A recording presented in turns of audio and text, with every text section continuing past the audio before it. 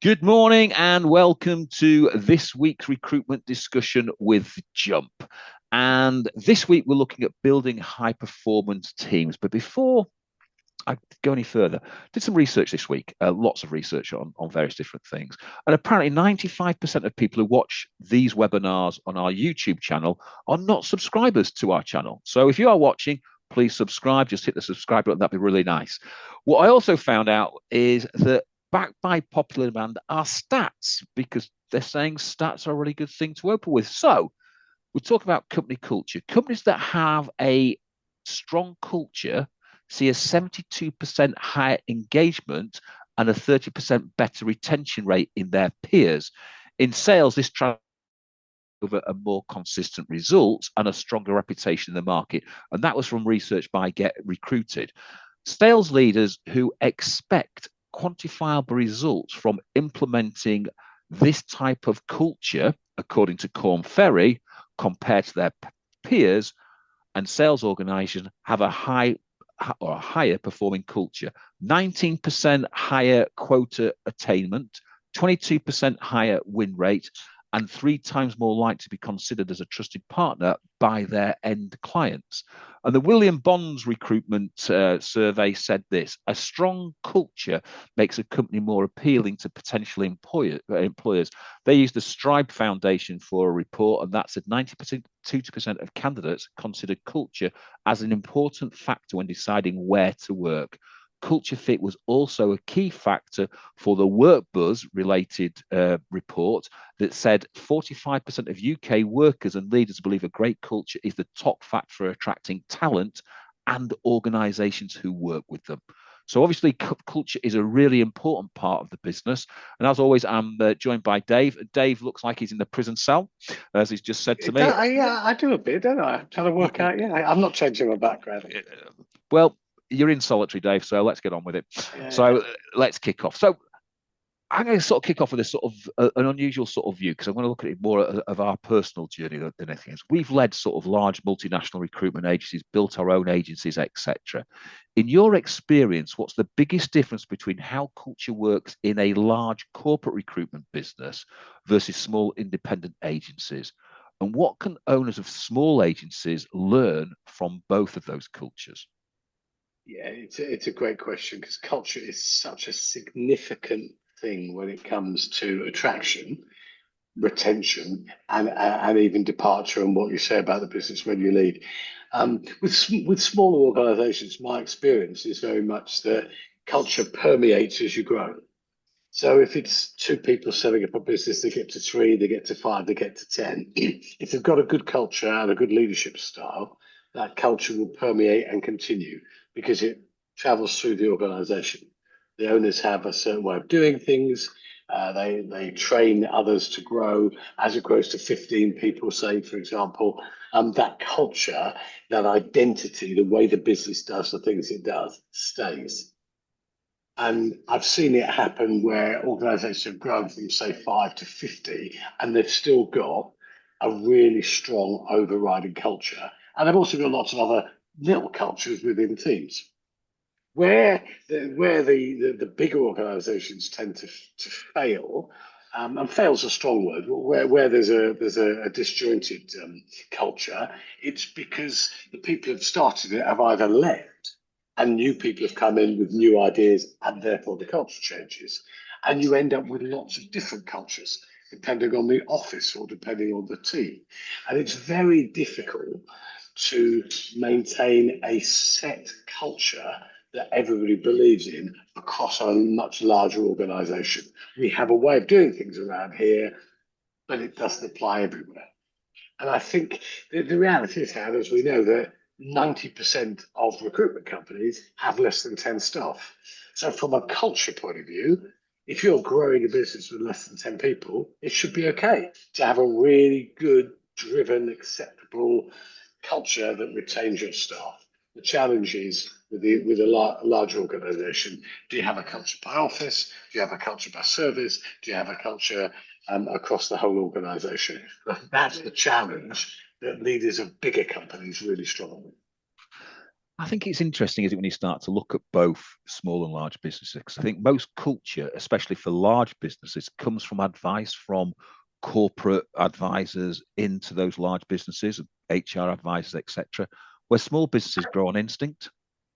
And I think obviously we've operated in both worlds. And so I'm going to draw some sort of real comparisons through this sort of conversation on what corporate gets right and independents often miss, and what owner-led businesses do instinctively that larger organizations spend £1 million trying to recreate. And I think that's the sort of thing.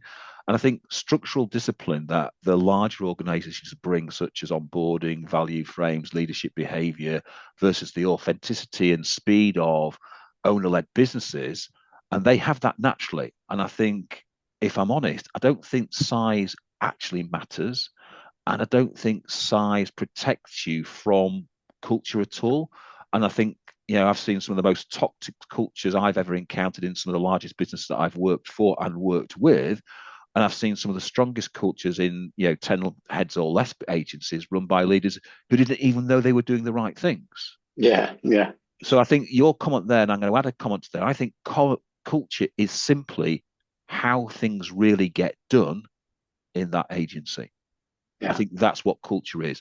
And I mean, culture, it shows up in behaviors, but it shows up in the behaviors that you reward, but it shows up in the standards that you accept, and the way people treat clients, candidates, and each other is the one that we should be looking for. So I think what small leaders and large businesses tend to learn from each other, I think small agencies usually have energy, ownership, and speed. What they can learn from the larger businesses is structure, consistency, and scalable processes, where the large agencies usually have systems, training, and clear processes. What they can learn is that entrepreneurial thinking and accountability and pace. And I think high performing culture equals standards plus clear expectations plus people who care about winning together. And I think that's the comment when you're talking about large companies going from one head, two heads, three heads up to 50 heads, and the culture doesn't change, is because the way that people bring people into those businesses. And I think we're going to cover that quite extensively today. Yes. So let's move things on. Can you then think of a time, either in the business that you've led or that you've worked with as an advisor, when you've seen the culture break down, but the leader couldn't see that? What were the warning signs, and what made it so hard for them to see it? I mean, I can think of a number of examples where the leadership just couldn't make a decision based on what was happening in the business. For example, an extremely high performing contract consultant in one business was really having a detrimental effect on the culture. There were nefarious things happening out of work with this person. They were bringing them back onto the sales floor, and the people knew that this person, for want of a better word, was a bad egg. The problem from the leadership point of view was this person was a very, very good salesperson, but his behavior was affecting the culture of the business. And the leader wasn't making the decision to address the behavior of the person. And really, the person needed to have left the business, even though that was going to cost the business some money because he was a good performer. But the leader just didn't make the decision. So that's an example where you've got a culture that is good. Someone is promoted or someone comes into a leadership team or someone is hired that is against the culture and is allowed to stay. And then their toxicity permeates across the floor. And I've seen that quite a few times, both in companies that I've had the privilege of running, but also in companies where I've advised them. And the answer is you need to address the culture question there and get rid of that person. There's a lovely saying that the road is full of squashed squirrels who couldn't make a decision. And many leaders are a bit like a squashed squirrel. They just don't know which way to turn because they're afraid of either losing the revenue more so than they're afraid of losing the culture. And if the RSFPC are watching or listening, there are other alternatives to squirrels, as in There are others. badgers, rabbits, and hares. No animals were harmed in the answer to that question.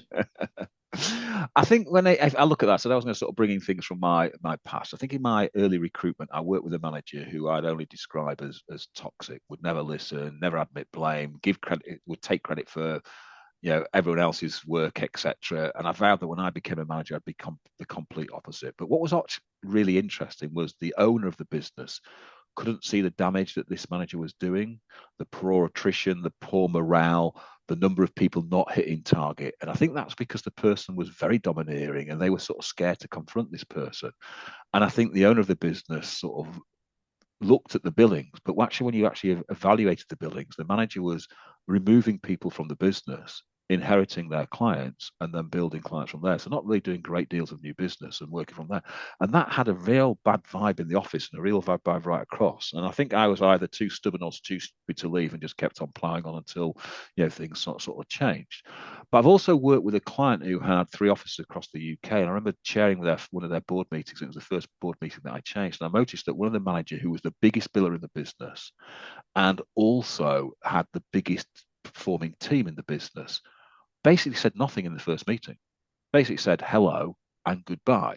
And so after the meeting, I had a conversation with this person. It turned out that when they'd gone to meetings before, that they'd given loads of advice of what they were doing, how they were doing it. They got shot down by the MD, got shot down by other managers, and just didn't like the experience. And then what they found was that 6 months later, that all those ideas, they'd started to roll some of those ideas out, but not really successfully.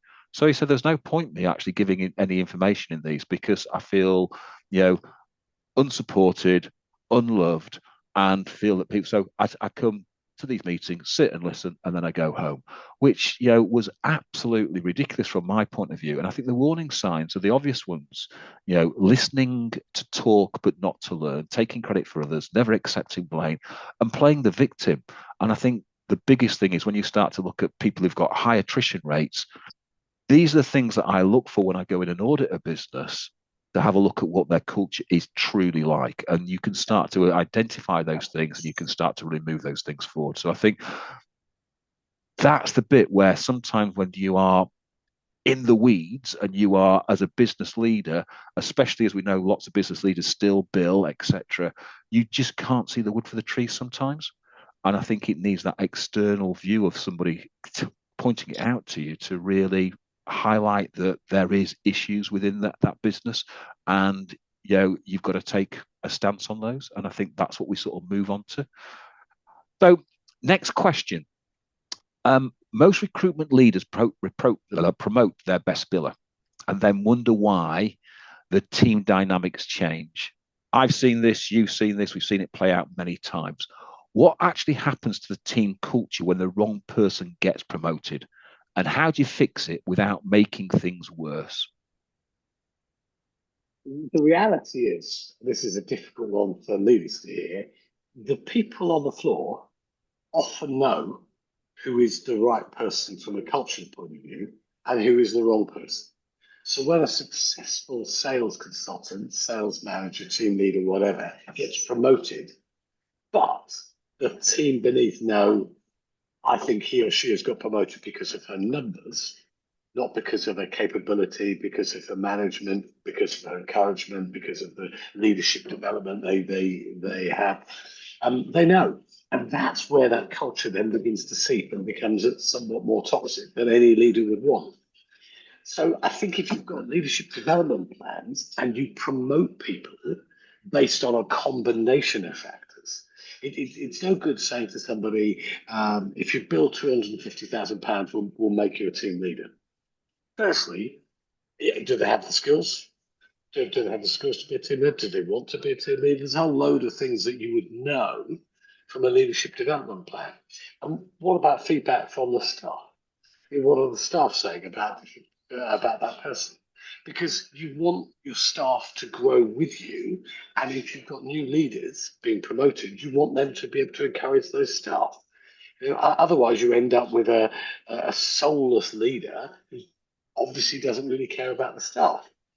Dare I say, a little bit like the current Spurs manager last night when his goalkeeper made a couple of very awful mistakes.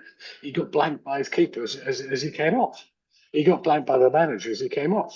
Terrible, terrible leadership in a difficult situation. Go back in the dressing room. Why do those players want to play for that leader? They don't. So I think culture is so important. And it's important as a leader that you understand the wider dynamic of, well, before I promote this person, are they the right person? Is there a role to promote them into? What will the team say about it? And is it going to be good for the business? And if you can answer those questions and have support, then that's good. So I think this is one of the common and most costly cultural mistakes in recruitment. It is. It is. And what actually happens when a team, what actually happens to the team after a bad promotion? I think the resentment, the shift in standards, the quiet exodus of people that happens, people who expect it to be better tend to leave. And it takes a long time to repair. And it does take a long time to repair because I've been in that situation trying to do the repairs. And I think this happens, you know, when you've not set the foundations for people development and you simply promote on billings, what happens is that you fail everybody within the business. And I think everybody that employs people needs to have a career ladder and structure underneath them. And it doesn't matter whether you've got one employee, two employees, etc. You still need that credit ladder because I think people need to know where they're going. And that Yeah. ladder not Yeah. only and I generally think, and I've used this analogy a few times, that ladder not only has rungs to climb, but it has two upright supports holding the rungs in place. And the rungs are what you're billing, and I think that the rungs are based on billing, but the uprights are two sides. One is on the behaviours, behaviours are expected by the employee, and what's expected for that employee who's on that rung. Those are the behaviours that we want. The other side is about training. What training do you need to step up to those positions? And I think when you think about your behaviors, the behavior should be non-negotiable. Once you weaken that structure, then you weaken the position. And the other side is training. Once you stop training people to step up onto the next rung, the higher you get, the dizzier people get. So it starts to have a problem. So if you put all three and combine that and get a stable ladder, the higher you climb, the more support people need higher up that ladder. And if you've ever climbed a ladder, you know how wobbly it gets when you're at the top, and there's no one supporting at the bottom. And I think the person that supports the bottom of that ladder should be the management team. However, at certain levels, there'll be two ladders, one for salespeople and one for management. And it's understanding the difference between those two things. So if you've laid your foundations out in that career ladder and people can see the genuine split and what's required on both sides, then you tend not to promote people into the wrong position because it's based on all of the things that you're talking about. And therefore, you should get the people in the right. So it should be in line constantly in what the employees, one-to-ones that you have, it should mean that no one should be stepping onto the next rung without understanding what that means and have been trained to actually step onto that rung and stay on that rung. And I think if having that honest conversation with people in their one-to-ones, constantly monitoring and mentoring those people it prevents humiliation.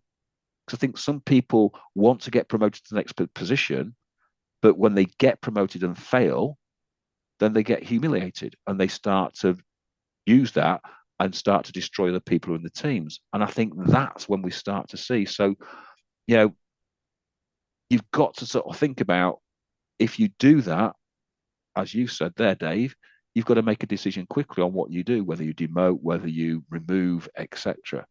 And I think, having this in place shows that all the people that are being promoted, the decisions reinforce the culture rather than undermine it. And I think that's what we've got to start to think, that your promotion ladder and your career ladder and how you promote people should reinforce the culture rather than undermine it. And I think that's what we see in an awful lot of agencies, that promotion undermines the culture and therefore chips away at the infrastructure. And that's the slippery slope that most people go down. So we now advise agencies of all size. When do you, or when when we do a culture audit, and we do lots of culture audits with new clients, what's the things that leaders are most surprised to discover about their culture that they've probably accidentally built? And why does it keep catching them off guard? It's interesting. So last year I did a culture discussion with a team that have the privilege of being a non-exec director for, and I went back and looked at the companies that I have worked alongside, the leaders I've worked alongside in the last few years, and there were three things. There are three things that came out of my experience of working with leaders over the last 5 years that we used last year with the team that I was working with. And the three things were, from a leadership point of view, the shadow that they cast as leaders is a lot longer than they think it is. Leaders often think that, I'm here, I've done the right things. It's not going to matter long term if I get rid of this person, or if we open this office, or we treat these people like this. But the reality is, as leaders, what you do lasts a lot longer than what you think it does. So that was one point from the three that I look back at. From a leadership point of view as well, leaders take silence or agreement. You didn't say it at the time, therefore I went ahead.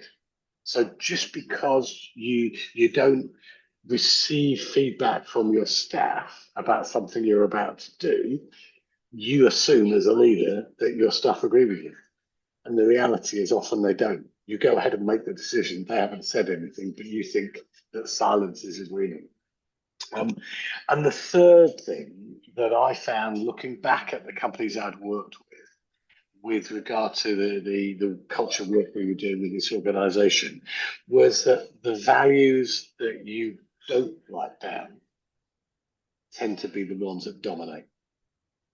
So many companies in recruitment have values of integrity and honesty and all the words that we know.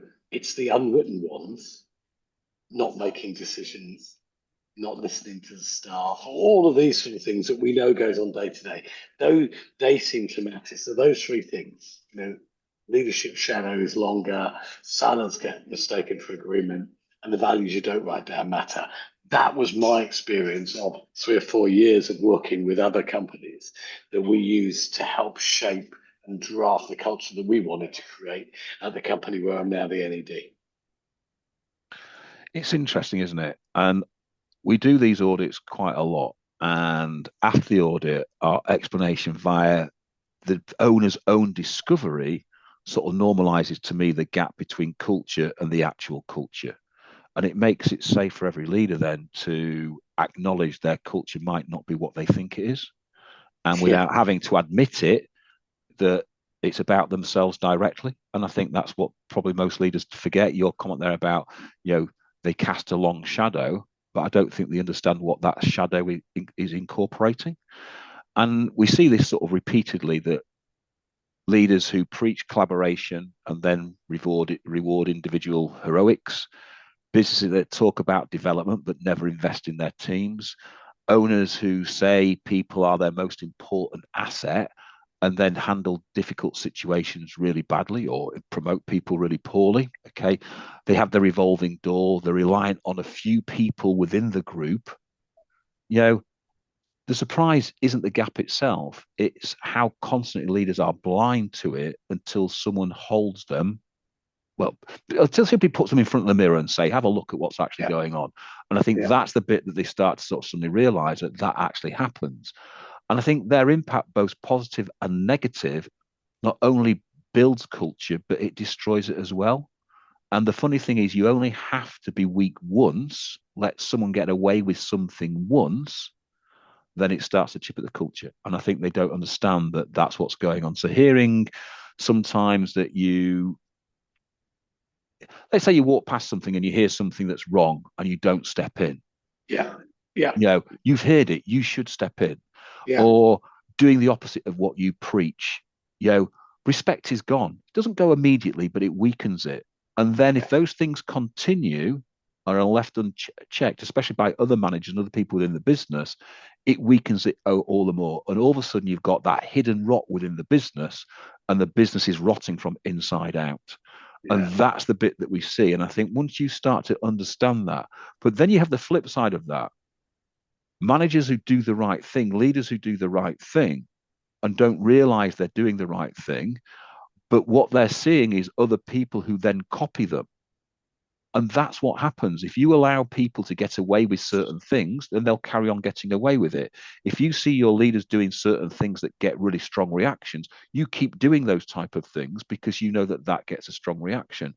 So I think there's that mirror and there's that copying that goes on constantly in businesses. And as we've explained last week when we talked about people going from billing to non-billing, they may never have been in that position before. And a lot of people who've built recruitment agency have gone from being a really good biller to opening a recruitment agency and never actually seen the effect on their management skills and what that management actually has and what effects they have on different people. And we talk about the ripple effect quite a lot about when you walk in a room, what effect does it have to people? Are they great you're here because you can help us and we really want you to be here? Or is it, oh my God, get your head down, the boss is in, we've got to look like we're working. And I think Yeah. the quality of a really good culture is what people do when you're not there.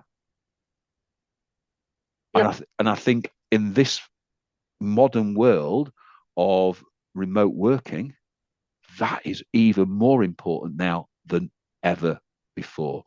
And I have written a workbook for this series, and so there's a workbook for last week's webinar on uh, going from billing to non-billing. There's a workbook on this one, including an audit, so you can audit your culture. So if anyone wants it, drop a line to info@Jump Advisory. I'll put that in the chat box, and I'll send that out to you. But I think it's important that people understand that your culture is a reflection of you, and that as a leader is really important.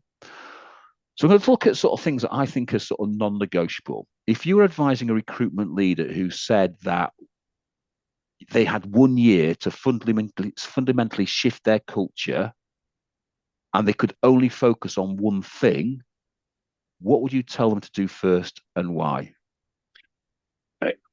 For me, in my experience of working with recruitment agencies, middle management is the real culture carrier.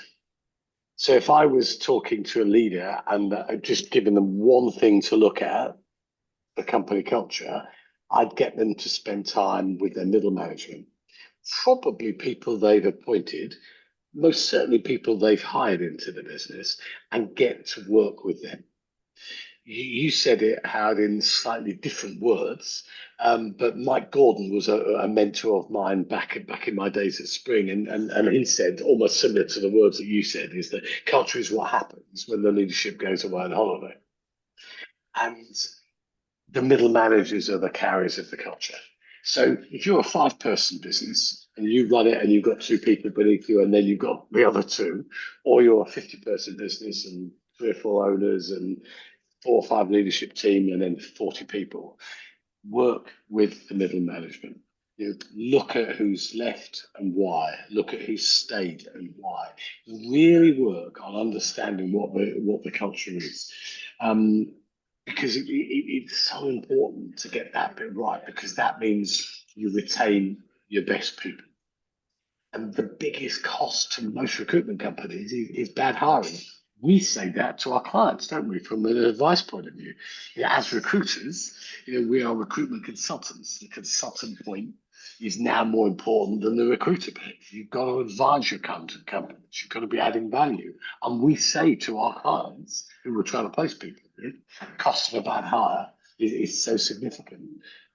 But it's true for us in recruitment. I don't know what the stats are now, Howard, in terms of recruitment retention, but a few years ago it was 40% in recruitment, which is not great. Ours were higher than many of our clients. So I would say focus on the culture carriers, who are your middle management, that second tier leadership team, and work on them and work with them to help develop the culture that you want to create. It's interesting. I've done this with a couple of companies um, in the last sort of 24 months, and I think every company has a different culture, obviously, and have different triggers for that culture. And I think culture starts with the people understanding what's expected of a high performing team.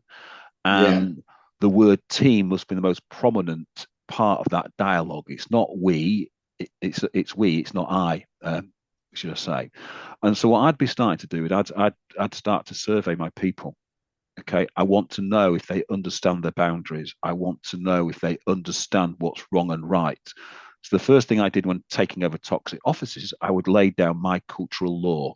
So everyone understood what to expect, but then it was about upholding those laws. So I'd understand what that Yes. cultural law Yeah. looks like. And I did this as a team session.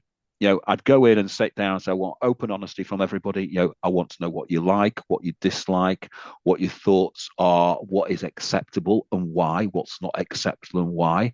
And that wasn't about sales. That was about how people act in the office with each other, how they interact. And nine out of 10, sort of times out of 10, this hedged the consultant's response and they became genuine recommendations. But with them out knowing what, or with them not knowing what my cultural laws were, nine times out of 10, they came out with 80, 90% of what I was expecting. And then I could sew the rest in. So you're talking about what hiring decisions and leadership behaviors, etc., are really important. And I think that's about the accountability structure of something that's entirely sort of sewn into the deeper culture. You know, I worked with a client and we created a cultural charter, you know, and if it was heading in a direction, it was how do I move the needle in the right direction? And so that first cultural meeting was about understanding where the needle was actually pointing at that time and changing it and being critical about changing behaviors. And to change behaviors, you had to change habits. So I would look at the habits that were creating the actual toxicity of the environment. You know, once the business understood the rules and the culture, if someone strayed beyond that, it had to be dealt with and it had to be addressed. And it had to be addressed in a way that people could see it being addressed. So it wasn't something that they would go, oh, it's just something that boss just wants written down. The new boss wants this written down. The new boss wants this, etc., etc. But it would never be addressed. But once you started to address it, it started to create the accountability of actually, we can't get away with that. Actually, we've got to change that. And what that started to do, it started to uphold standards. And so that's the thing that I'd start to find out first. I would go in and audit the business and find out where are the true things and put down a cultural law of saying that's what I'm doing. But it also had to be adhered by the management as well. Yeah. Yeah. So the willingness to give clear answers to create corrective action demonstrate that you were listening to the team and that you would act on those things. That became the benchmark of expectation of how we would work together. And I changed lots of offices from being very toxic to very positive and high performing teams by making sure that that law was being adhered to all the time and everyone knew the boundaries within that. And once they stepped beyond those boundaries, they knew that it would be dealt with rather than being left as most people leave it. And I think that's the thing that I would say the first thing was to find out what the law should be, find out whether they understand the law and whether that law is being upheld. Yeah, definitely. Definitely. So retention. Retention is sort of the conversation that every recruitment leader said. And you were just talking about retention then, you're right. Perk Box said it's about 43% in year one. It's 43% overall, but in year one, it's somewhere north of 60%. In recruitment or in general? In recruitment. This came from Perk Box in that, analyzing recruitment businesses. The overall retention was about 43%, but year one was over 60%. So retention is a conversation that every recruitment leader says they have, but very few act on until it's late. So, from your experience advertising advertising agencies or advising agencies, what's the real reason good people leave, and how honest are most leaders willing to be with themselves about their role in that person's exit? Oh, I think good leaders are very honest about the role that they play. Less good leaders, or those that are learning, or those that have no one else to be accountable to, tend not to be as good as me. But three reasons for me as to why people leave. Number one, the company stopped growing. Yeah, people leave because they want to be in companies that are thriving. Even in difficult times, companies still thrive. So the major reason that I found why people leave companies is because the company stopped growing. The second one for me is that the company stopped caring. And this almost goes back to that first question. How, as a leader, as a management team, do you show you care for your people? It is much easier with a smaller sub 15 heads company than it is with a big corporate company. Um, Not always true, but for the most part, that is true. And people leave because the company they feel in their hearts that the company stopped caring about them. And the last one for me is the fairly obvious one. I had is that they just lost faith in the leadership. They look at the leadership and they think these people don't seem to know where they're going. And often, particularly in recruitment, but true in other jobs, when people are leaving, they're attracted to somewhere else. And at an interview stage, everything looks completely rosy. The leadership looks good, the interview looks good, the offices look good, the opportunity looks good, and you lose a bit of track of, oh, can it really be that good over there? And is it really that bad where I am? And what tends to happen is, as we know, people think it's actually worse where I am. Yeah. And the opportunity is good. And we know for a fact, I've seen this happen so many times. People leave good companies, the grass is much greener, and it turns out to be astroturf. It's not as good as they thought it was. It's vanilla. It's just not right. So those three things are things that I would implore leaders to watch out for. Um, you know, Companies stop growing. You can still grow in a downturn market while you're doing new services, new efficiencies, whatever it may be. And watch your leadership. So if they've lost faith in leadership, and the other one for me is you can't afford to stop caring because we're dealing with people, and people leave people and they don't believe in them. I think it's interesting. I think when people left, when certainly when I was at Adecco, employing hundreds of people, I took it very personally every time somebody left because it was a reflection of my, culture that I'd grown. Yeah, And it yeah, didn't matter whether they'd left on good terms or bad terms, but finding out why they'd left was really important to me.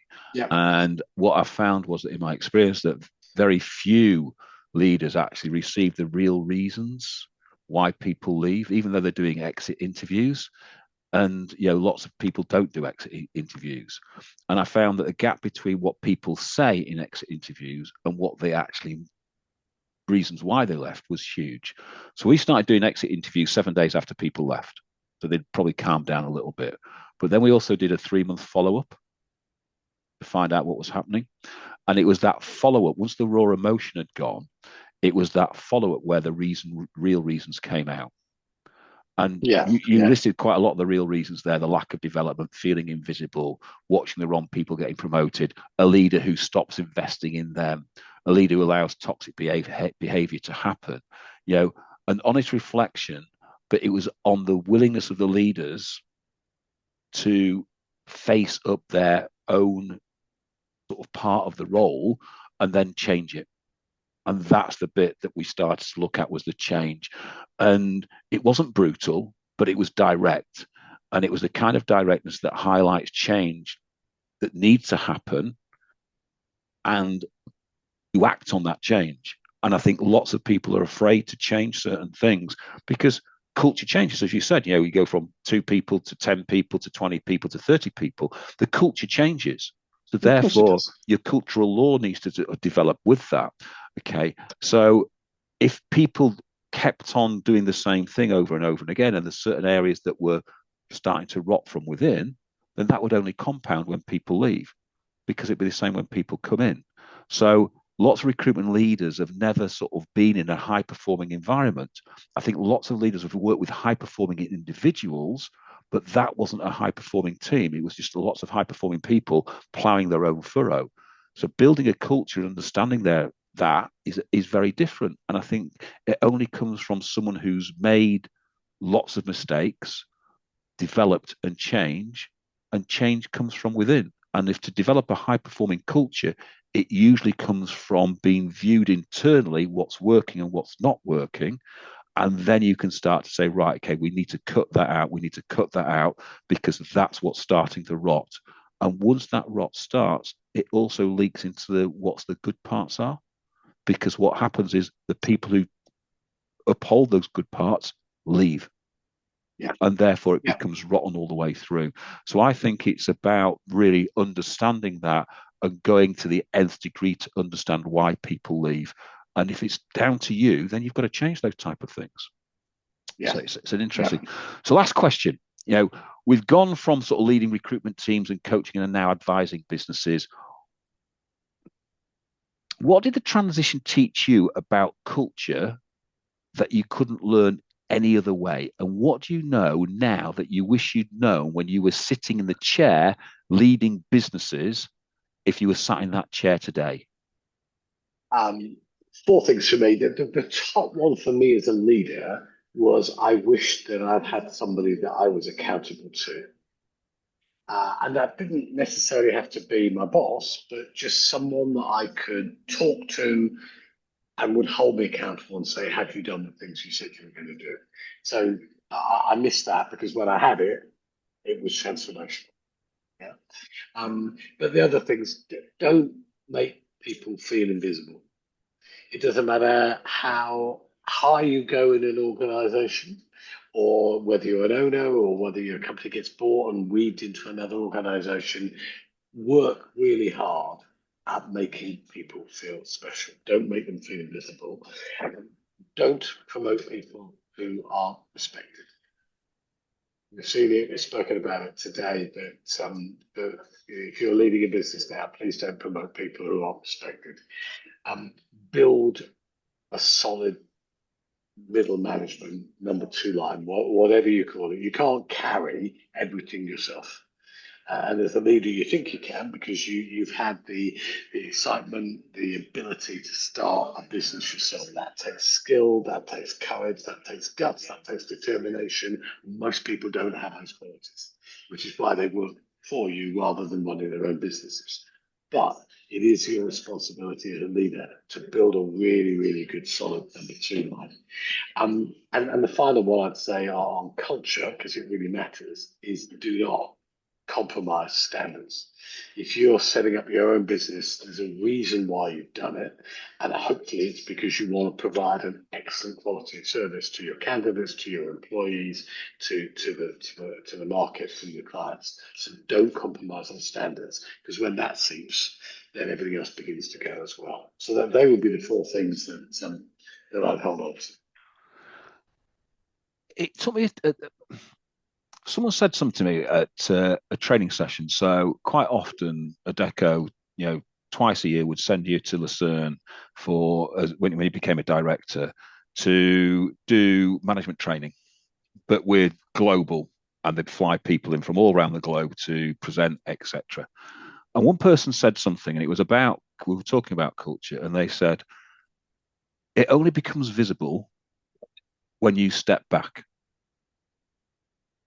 And so it was that sort of thing. What do you need to change? What becomes visible? Step back and have a proper look. Listen to what other people say. And the patterns that you couldn't see were there because you were too much in the weeds, too much in there, and you couldn't see them. So stop and step back. And then it's what you do to change those type of things. And I think building culture from day one is important rather than trying to retrofit culture in by what people are saying, because it's your culture, it's you control it. And I think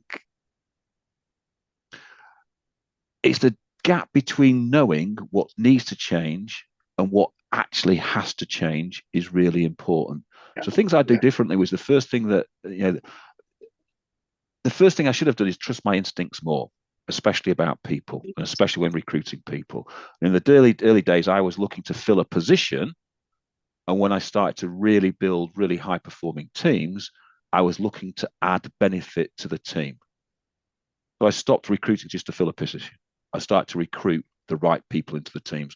And sometimes my bosses were going absolutely mental at me, going, "You've got to, why is that seat empty? Why is that seat empty?" Well, I haven't found the right person. And once we start to find the right people, then all of a sudden it'd accelerate away rather than having this churn and burn type scenario. And the second thing I do, I'd make training absolutely compulsory at the heart of my business. And if I could train my manager, I'd train my manager to train other people. If I could train my top billers to train, then I get them to spread the capabilities right across the whole of my business. And training would be weekly and it would be non-negotiable. And where I implemented this in my businesses, I saw huge improvements in performance and a massive decrease in leavers because we were investing in people. And the final thing I'd do, I'd hold myself even more accountable to the culture and the development of that culture, that everyone inside sees the benefit. And if I saw that something was started to rot, I'd cut it quickly. And I think they're the things, irrespective of who or why, if something crosses the line, the consequences have to be dealt with, and you're the person that should be dealing with those consequences. And I think if I was going back now into mainstream business and being employed to run a business in that way, or if we wanted to grow our business, they're the things I'd look for from a culture point of view, that I would step back and review what was going on more often than I did. And I'd hold myself accountable to the culture development from there. And I would make absolutely important that we recruit the right people and that training is at the heart of the business. Ladies and gents, thank you very much for your time. That's this week on culture. Say, if you do want a workbook on culture, it's quite an interesting book. As I say, it has an audit as well about your culture, so you can sort of start to grade yourself and see what you can do from there. Just send a note to info@jumpadvisory.com and put workbook in the subject matter. Next week, we're going to talk about KPIs and KPIs that actually make your business grow and develop. So again, it should be a really interesting conversation on KPIs. So ladies and gents, thanks for your time. Dave, thanks for your input as always. Look forward to seeing you all again next week. Thank you. Thanks for your feedback, team, and have a good week.